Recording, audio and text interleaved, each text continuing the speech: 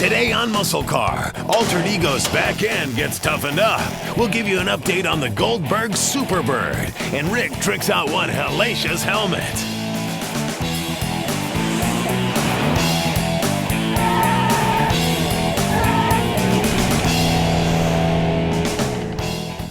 Hey guys, welcome to the shop. This week we're working on our 64 Comet AFX drag car, Altered Ego. Now last week Brent got the axles mocked up and got our ride height set. Now all we need to do is build our rear frame rails and measure for our springs.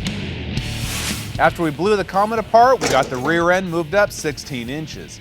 Then we revamped the center section of the frame rails, widened the tubs, and started on the roll cage.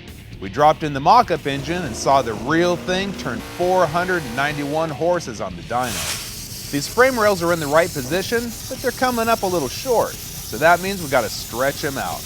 Once we get what's left of the floor trimmed out and cleaned up, we can plan out the back half.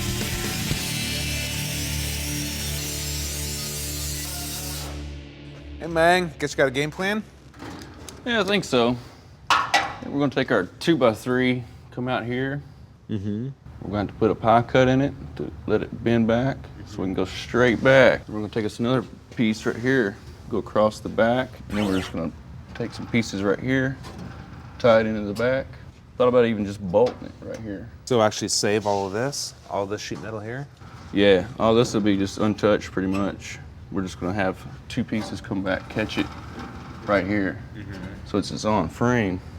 So then what we can do is add a cross member. We can drop our fuel cell here. The tube will come back off the cage through here, tie it in about where our spring perch is. Cool, that'll work. Let's do it to it, man. After allowing for 8 inches of the new rails to extend into the old ones, they come out to exactly 4 feet.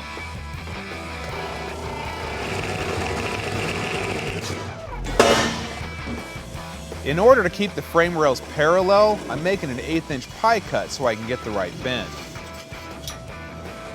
Now there's a lot of different ways to do this, but leverage can be your best friend. Cool, man. How you getting it in there? I'm gonna need a big old hammer, man. Way ahead of you.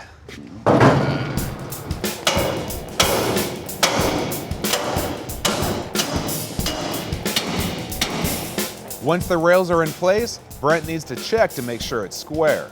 It's easier to double check yourself now than to cut the welds apart and correct it later. These will get welded together out of the car, so Brent's just tacking them to keep the correct angle on the rails. Before he makes any welds, he'll clamp it down and square it up to keep everything in place.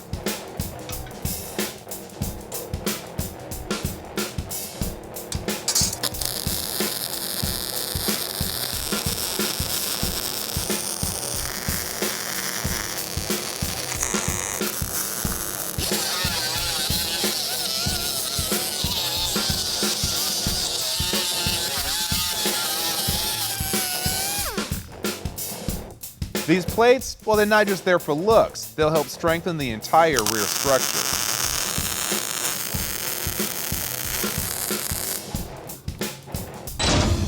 Got it. Now, once we get these rails mounted, the Comet's going to have a backbone from front to rear. Now, stick around, because coming up after the break, we're going to finish setting this thing up, and then we get to measure for our springs. Up next, learn how to measure for leaf springs.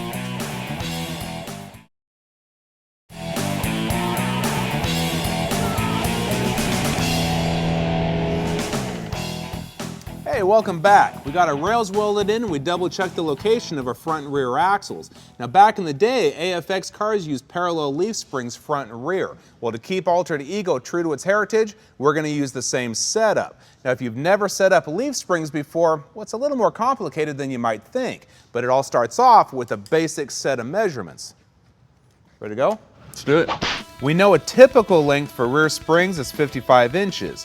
So if we go 24 inches to the front, the mount will go right here. Here's 24 right there. We also need to note the distance from the frame to the ground. 16 inches. 16 even? We'll mark the approximate location of the rear mount 31 inches back from the axle. We'll also need the distance from the rear mount to the ground. 23 inches. For ride height, we'll measure from the bottom of the axle to the ground. Be 13 1/8. and from the top of the axle to the frame. It's 9 inches. All of these measurements are going to determine the arc of the springs. Now the springs need to be as close to parallel as possible, and that means that the mounts need to be the same distance apart from side to side. The back end looks pretty good, and that means we can move on to the front. The front spring needs to be a minimum of 40 inches centered over to the axle. So with the axle set where we want it, we'll measure forward 20 inches for the front perch. And I put this way out here. Great out in thin air. Yeah. Right on. Oh, we can always extend the frame rail out. Bring it out and get a perch out there. Probably just cut it out right here. Slide a piece in. Plug weld it from the inside. Yeah. Yeah, that would work. That would work. The problem there is our bumper comes in. Well, actually, we could extend that out and move our bumper out to clear it. We might have a little bit of a gap to the front, but at least we wouldn't have to chop up that nice new bumper. Yeah, I'm good with that. We'll also measure the distance from the front perch to the ground. 21 1/4.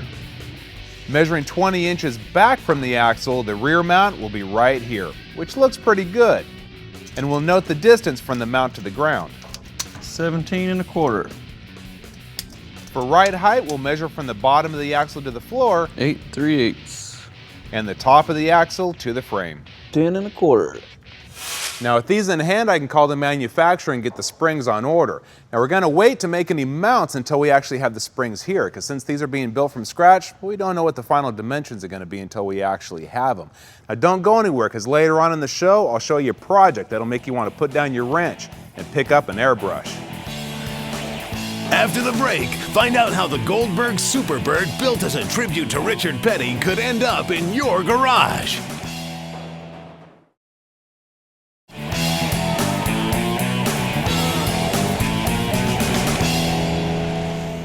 Hey MuscleCar fans, are you ready for an awesome build for a really great cause? Well, our good friend Bill Goldberg donated his 1970 satellite to be cloned into a 70s Superbird. And not just any Superbird, a very special one. When it's done, it'll be auctioned off by Barrett-Jackson. And get this, all the proceeds are going to the Darrell Gwynn Foundation. Now that's super. We caught up with the build team at Year 1 in Braselton, Georgia to see how it's coming along. Goldberg wanted to build a car that was NASCAR for the street.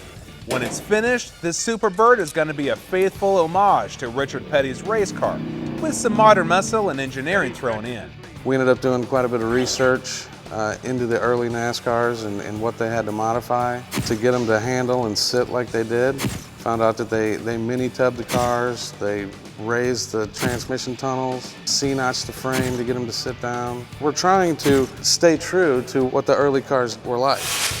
Back when these cars were raced, it was the height of the muscle car wars, and the slogan was, win on Sunday, sell on Monday. The 70 Superbird was the fastest stock car in its day, and dominated so many races, it was outlawed by NASCAR after just one season. Plymouth built about 1,900 of these for the street, and survivors are scarce, making this one here a rare bird. It's a crazy car, and then when you had guys like Richard Petty winning races on TV, and there's such a cool performance heritage, the cars are magnets. If you're a muscle car guy, you got to dig these cars. The guys at Year 1 certainly do, and they plan to make this one even more powerful, thanks to the team at Evernham Motorsports. Ray Evernham donated a brand new 358 cubic inch stock NASCAR engine. This puppy's rated at 800 horsepower. They also tossed in a NASCAR 4-speed gearbox, a Borg Warner T101 pulling a 390 gear. With the tire size, the gear ratio on the transmission, it should be capable of running 200, no problem. With all that power on hand, safety is a top priority. The cage is 1 3/4 DOM 120 wall tubing, which is a spec tubing for SCCA and some of your circle track. Some of the bars are in a certain place because they make it look authentic to a 70s era Superbird. And some of the bars are put in for modern safety reasons. When Plymouth built these cars, they started with a Road Runner and added coronet fenders, and of course that huge wing on the back and the signature beak-like nose. The original pieces were made of aluminum, and they were as such subject to damage. They had a vacuum motor that held them in the closed position. For the clone, they're using a one-piece fiberglass unit with a more reliable electric motor to operate the headlights. In addition to the wing and nose, Plymouth also modified the rear window to make it more aerodynamic. A specially designed frame was welded onto the existing roof to improve airflow. Vinyl roofs were added to the street versions of the Superbird to cover up all that extra welding. But this build team is going to do some bodywork magic to make it look more like Petty's car. They even flush mounted the tips of the bumper to reduce wind drag, just like the original race cars. Now this bird's still a long way from leaving the nest, but you can already see it starting to take shape. We're really proud to be a part of this one-of-a-kind build, so keep watching the Power Block and we'll keep you posted on the progress of this Superbird. Coming up, flames, skulls, shadows, and stripes. Learn how to paint your way to a one-of-a-kind creation.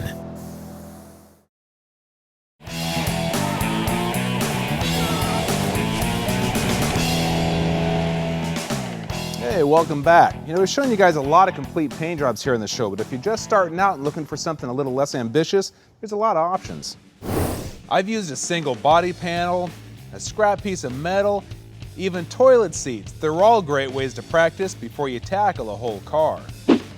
So today I'm going to show you guys some things to get you started on your own small paint project. You just need something to work on. That brings us to our camera guy, Danny. Hey there, paint boy. What's up, man? Well, I figured as cool as I look right now, I'd look a lot cooler if my helmet matched my bike. I don't know if you could look cooler, but flames on your helmet would look nice. Yeah, I figured maybe we could match that gunmetal and black right there on the tank. Maybe put a little ghost flame, some kind of fancy pants deal on there. Yeah, we could do that. We could match it to the gray on here. You got a red pinstripe on here too. We could stripe it out in red. That'd be cool. Sound good? All right. Cool, let's do it. So, what do we do first? First of all, we got to get all these smudge marks and all this grease and stuff off here, so we'll hit it with some pre-cleaner. So what's this stuff? I got some 330 on a rag for you. You need to wipe it down with that and clean it. All right, now while it's still a little bit wet, take that one and wipe it all down. All right, now usually the trim around this edge right here comes off. For some reason, this one's glued off. You get to mask it. Well, I've watched you guys do this quite a bit on TV, so we'll take a shot at it. There you go, perfect. Looking like a pro. Good job, man. Want to see an easier way?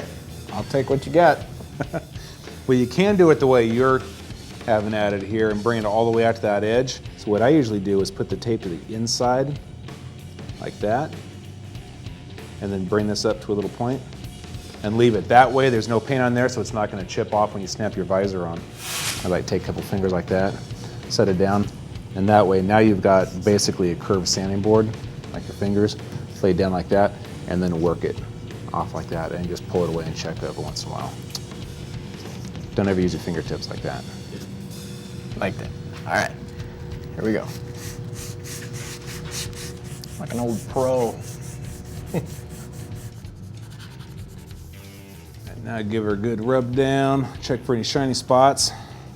I got some gray Scotch-Brite. Go ahead and hit the shiny spots on here. In Scotch-Brite, it doesn't have an edge on it like the sandpaper does. You can get a little bit lazier. If you're wondering why we didn't just Scotch-Brite the whole thing, it's because the sandpaper takes down all of the orange peel and helps flatten off where the stickers are. Scotch-Brite wouldn't do that. Okay, just gotta drape some paper on it. We're ready to shoot. All right, well, you look like you know what you're doing, so I'm gonna get back to what I know how to do. Here, let me have this. Before we can lay down a base coat, we need to smooth down the scratches left by the sandpaper and Scotch-Brite with a clear sealer. That way, when we lay on the high metallic color, no sand scratches are gonna show through.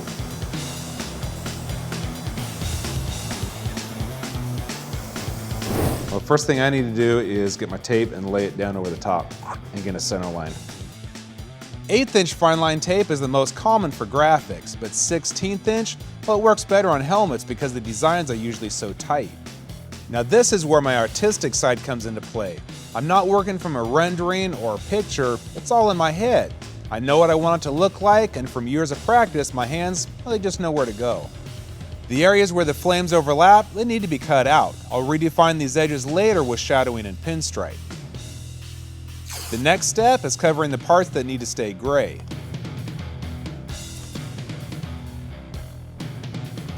The downside to 1/16 inch fine line tape? Yeah, it can be a bear to mask. With it all masked up, I can break out my favorite airbrush, the Anest-Iwata Custom Micron CM. Danny decided on a more sinister look, so I grabbed one of my Fraser stencils from Art Tool. I mean, stencil only looks like a stencil if you let it look like a stencil, if that makes any sense. So you can go back in with some freehand work and kind of loosen everything up and make it look a little more custom. In here where this is all connected to his face, you can come in here and chisel that out, break it off a little bit more, kind of push that design back so it looks like it's coming in from behind. Kind of shadow under his jaw a little bit. You can put as much time into the detail as you want, just keep going until you're happy with it. Next, I'll redefine the edges of the flames with shadows. Since this is all urethane base coats, the unmasking can be done within just a couple of minutes.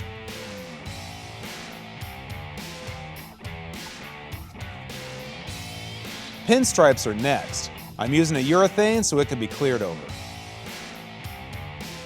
I think it's pretty cool with a K.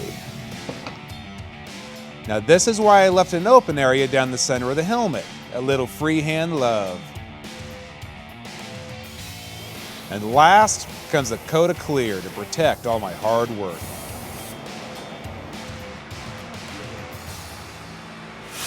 You guys may be wondering what I'm doing painting a helmet on a show called MuscleCar. Well, I'll tell you, every technique I've used today can be applied to a MuscleCar or any other paint project that you're working on. And don't be surprised when more custom paint techniques show up in future shows. What do you think, Danny? Looks pretty good out here in the sunlight. Dude, that's awesome. I think it's gonna be great for scaring old ladies. I'm gonna go take her for a spin. I think we're out of time anyway. Yeah, we are. For now, we're out of here.